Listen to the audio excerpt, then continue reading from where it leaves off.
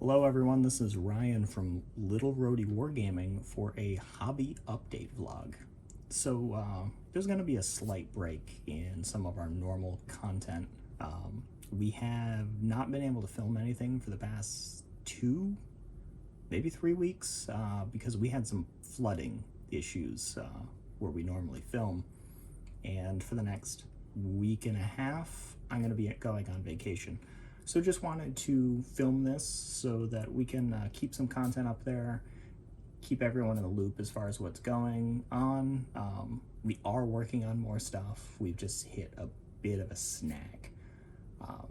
If this is something you like and we get a good reaction to, maybe we'll do some more stuff like this.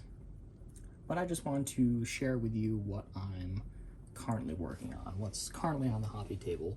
And right now for me, that is some commandos. I've been working on, these are the Warlord, the new Inter-Allied Commandos kit.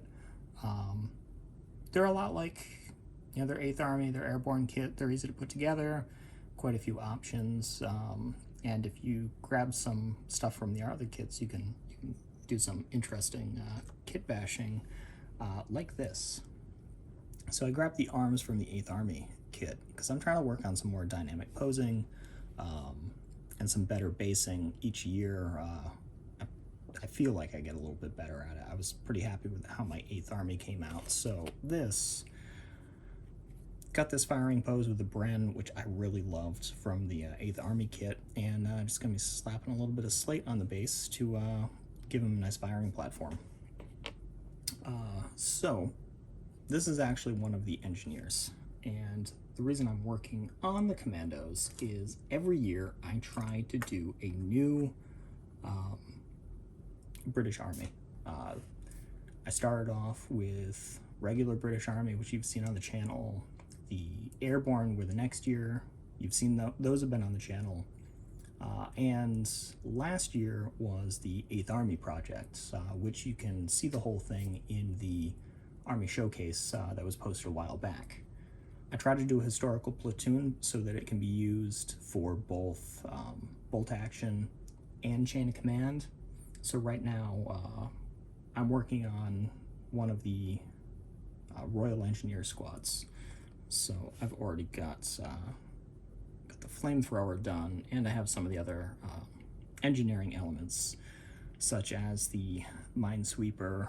And you've seen some of these models if you had a sharp eye in the last British chain of command game. They were a stand-in for the engineer teams that I needed for that. I've also got some of the support options done. So this Vickers team, the medium and light mortars, some of the more special characters like Piper Bill Millen. He was kind of fun to do with the kilt. So that's one of my personal goals. And I want to take a moment to talk about goal setting, as I have a huge backlog. Most people I know that are in the hobby have, a pile of shame. Might be a little corny. I like to call it a pile of possibility because, you need that good mindset for it. But in order to try to clear that backlog and not have it so overwhelming, I set yearly goals for myself. Worked out great the past 2 years, and I'm doing it again this year because I've really seen some improvements. But this year I've even broken it down further, where each month I'll figure out what I'm going to do for the month. I'll give myself the first week to prepare the models, such as building them, priming them, airbrushing them if applicable with the model. And I give myself a little bit of wiggle room in that first week to finish off any backlog that I may have from the previous month. And so far it's gotten me on a pretty good kind of, I guess you can call it, production schedule. So this month, with me being gone for about a third of it, I'm only working on the commando engineers, and I built and working on this commando sniper team, which this is the old Warlord commando kit. I got really frustrated with just how fiddly it was. I forgot how fiddly these old kits were, so I just bought another commando kit altogether. So the rest of that kit's just going to be spare parts and some scattered terrain. So for the rest of the goal that I have this year is the Commandos, getting that list done, expanding more sharp practice support things. So I picked up some engineers, some of the wagons, artillery, limbers, things like that, and finishing off a first full brigade of both French and British, because eventually I want to be able to get some black powder and some General d'Armée onto the channel, some bigger games. So recently got some of these KGL light battalion done. You've seen some of the musket arms and rifle arm skirmishers in our sharp practice games recently. I have a whole battalion of those, both musket armed center and rifle armed flank companies, and I managed to do another line battalion of French. This is the 1st battalion of the 29th. Really enjoyed a lot of these models. These ones are the Warlord ones. All of the KGL Light have been parries, all the parry medals, and they've been great so far. Another thing that is both a channel goal and a goal of mine is to get some Dead Man's Hand onto the channel. It'd be a break from a lot of the European conflicts that we've been doing, and I managed to get some of the plastic models from Great Escape games when they were first released. I've already got 2 gangs painted up, got a little bit of scenery, so it should be coming soon. I've got these outlaws here, and I've got some lawmen to go after them. These ones were done a little while ago. I'm also using these models because it's such a low model count as,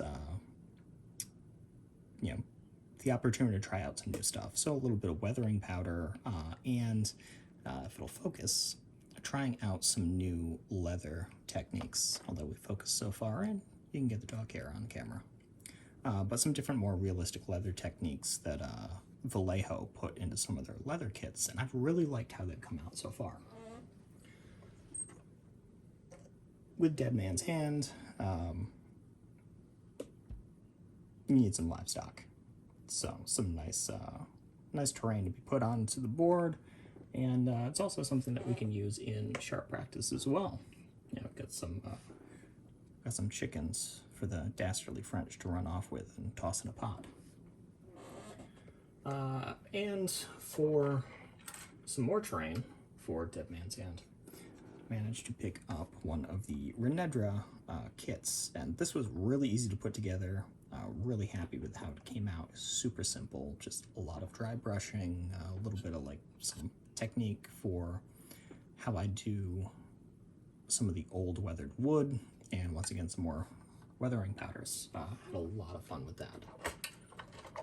So that's a personal goal of mine, get those Dead Man's Hand out there. We're really looking forward to filming it on the channel. And speaking of which, we've had some channel goals that we've actually met. The first one being hitting 100 subscribers, and we were amazed on how quickly we did that. So thanks to all of you that are watching, that continue to support the channel. Means a lot. Also, when we hit that 100 subscriber mark, we managed to get Will to start collecting Napoleonic Russians. I don't think we'll see them anytime soon. He's kind of a slow painter, but he's got them. He's got a full army. It is way more than he intended to buy, but I guess that's how it goes when it comes to collections, especially with Napoleonics. So we'll see some of that on there.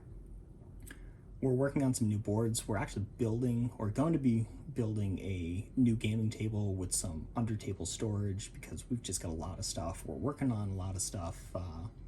So we're going to be jumping into some big terrain projects, including a new board. You've seen our Pegasus Bridge board. You've seen our desert board. We're trying to expand into kind of a generic European board so that we can do some more generalized games of bolt action, of chain of command. We can really use it for Northern Europe and parts of North America too, for Dead Man's Hand or whatever else we may end up into. But speaking of Northern Europe, there's another thing that another game system we're going to be getting into sooner rather than later, hopefully. and that is some Dark Ages. We picked up some of these Victrix Vikings. We're going to be doing some Raven's Feast from Little Wars TV, and eventually some Saga as well. To go with these, which I've absolutely loved putting these models together. I've got a few of them put together. Haven't quite gotten to the stage of being able to paint them yet. We also picked up some of the Victrix Dark Age Archers, so we'll be adding those to the list as well. And finally, last thing that I want to touch on as far as what's going to be coming to the channel, and I know we do a lot of historical wargaming, and you know, it's not a historical setting,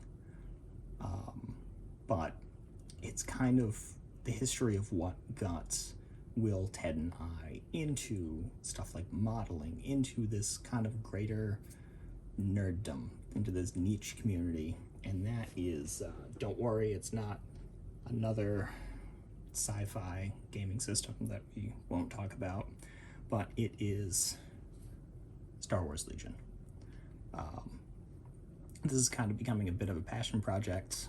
For me, I'm doing clones and some Mandalorians that can be used with some of the Rebels. But these I'm going to be painting up based around the Siege of Mandalore. So they'll have the orange helms from, I think it was the 332nd of the 501st, which fought alongside not Commander anymore, Ahsoka. Speaking of which, this model, I managed to find it on Etsy. I believe I have the company right here. It's OmniForge. They do some great models. The 3D printing is phenomenal. There's very little cleanup, and the print is very clean. I really enjoy it. So that's all I've got for you today. I'm gonna go relax for about a week and a half and get back into it with some more filming, some more content. If this is something that you like and you want to see more of, let us know in the comments. Like the video, subscribe if you're already subscribed, hit that little bell notification so you know when we post something new. And if these work out, maybe we can use them to fill in the gaps in some of our bi-weekly battle reports, and maybe I can convince Ted and Will to do some of these as well. So thank you for watching, and I'll see you next time.